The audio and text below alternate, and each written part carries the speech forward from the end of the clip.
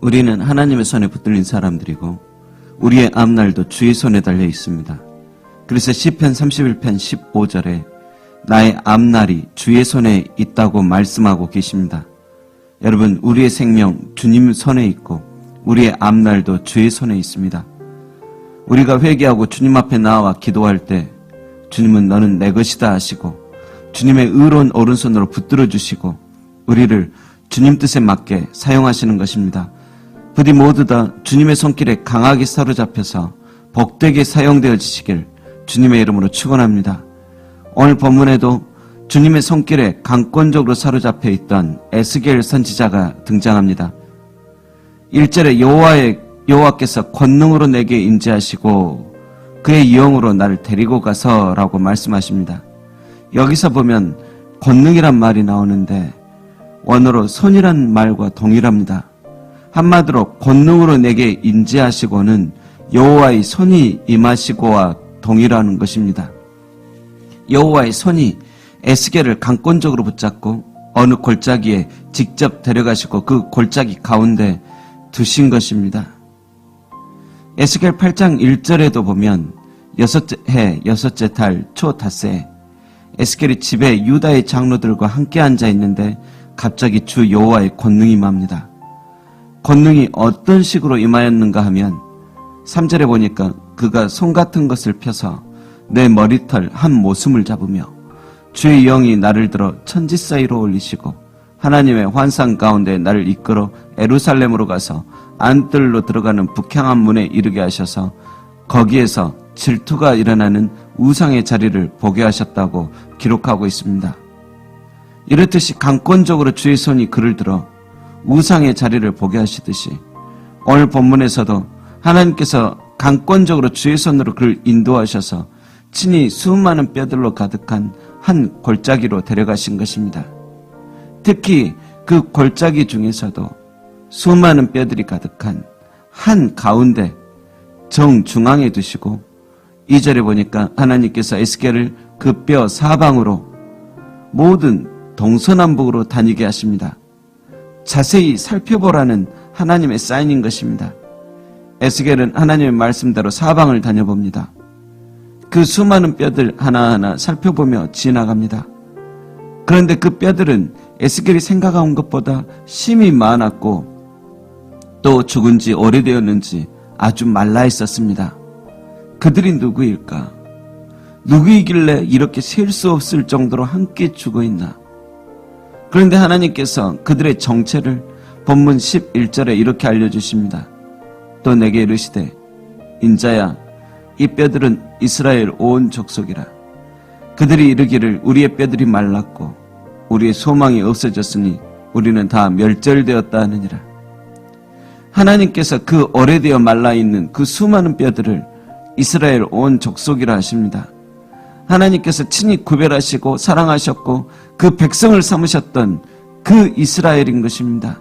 그런데 그들을 너무 사랑하신 하나님을, 생명의 근원이신 하나님을 버리고 음란하듯 떠나서 우상을 섬기고 육체의 정욕대로 두 마음을 품고 살다가 결국엔 BC 580년에 바벨론에 멸망당하고 이 무덤 같은 바벨론에 포로로 끌려와서 소망도 없이 살아가게 되었습니다.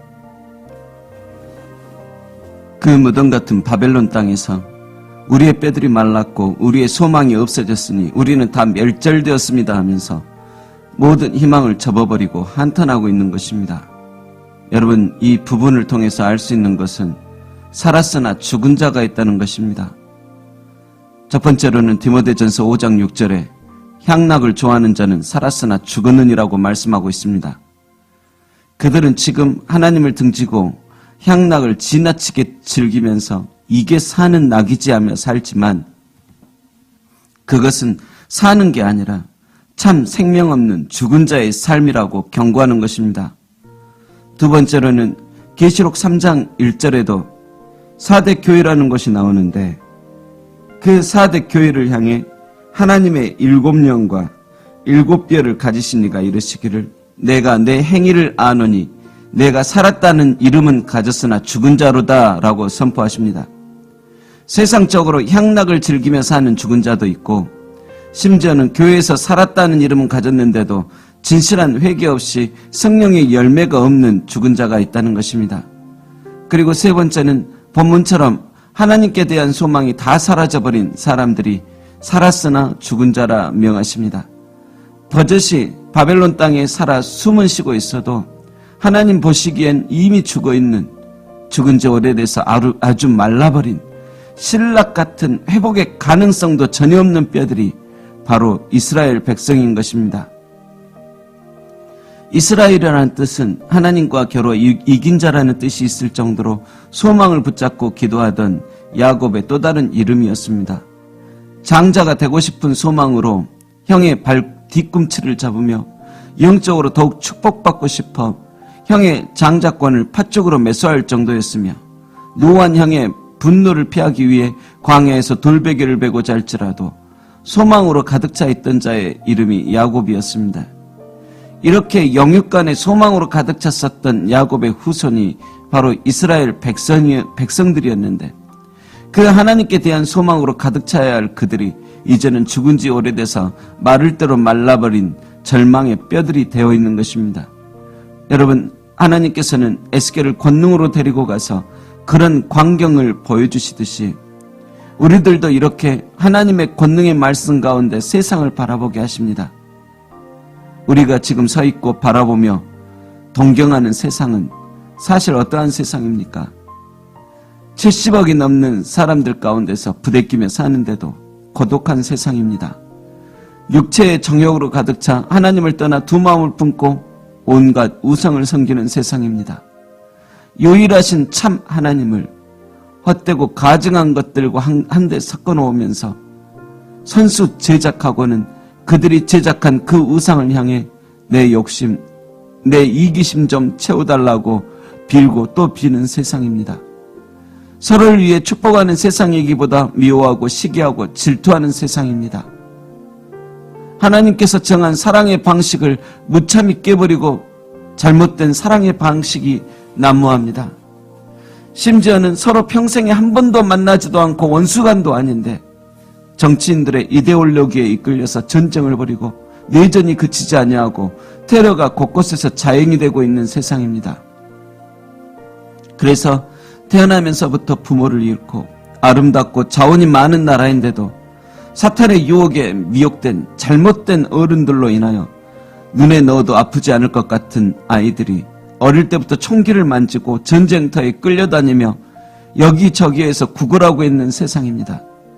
선교지에 나가보면 세계 곳곳에 이렇게 소망이란 단어, 은혜라는 말은 생각지도 못하고 살아가는 사람들이 얼마나 많은지 모릅니다.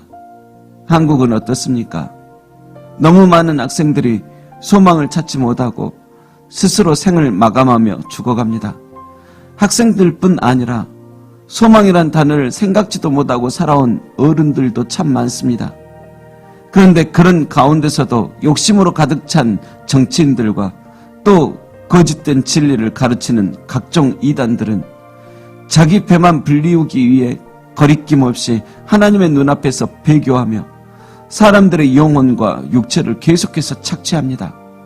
갈수록 그들은 자기 수치의 거품을 뿜는 바다의 거친 물결이 되어 하나님을 모독하는 배도의 쓰나미가 되어서 수많은 영혼들을 집어삼키고 있는 세상입니다.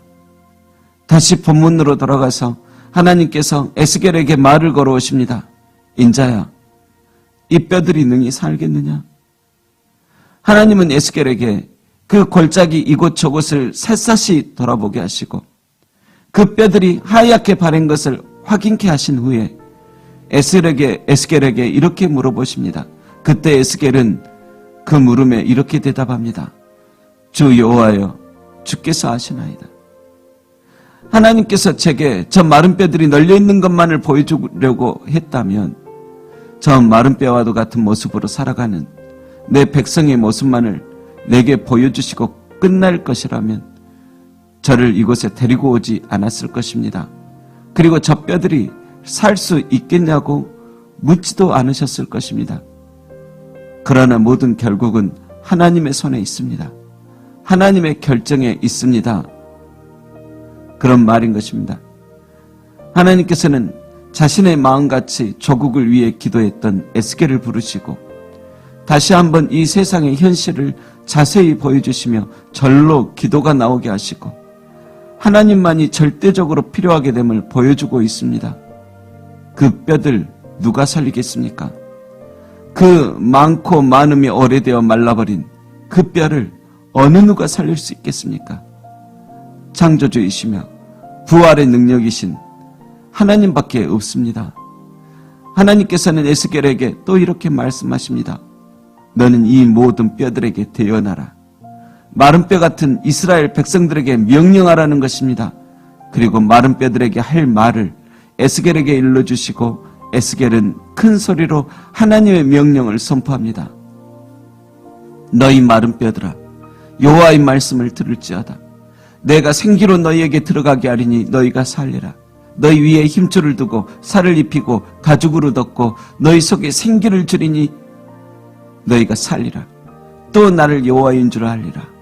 하나님의 말씀이다. 에스겔의 이 외침에 어떤 일이 일어납니까? 에스겔이 전하는 하나님의 말씀을 마른 뼈들이 듣습니다. 순종합니다. 놀라운 일이 일어납니다. 마른 뼈들이 살아납니다. 뼈들이 서로 짝을 맞추고 뼈에 힘줄이 생기고 살이 오르고 그 위에 가죽이 덮입니다. 이 얼마나 놀라운 장면입니까? 에스겔이 하나님의 말씀을 외치자 아무 생기 없는 그 조용한 땅에 살아나는 소리가 들립니다.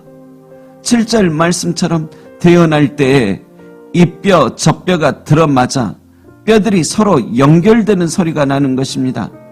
오랜 세월 버려진 채 하얗게 되었던 그 뼈들이, 도저히 살 소망이 없는 그 뼈들이 다시 살아나야겠다고, 다시 일어나야겠다고, 그래서 새로운 삶을 살아야겠다고 몸부림을 치는 그 소리가 이곳 저곳에서 들려옵니다.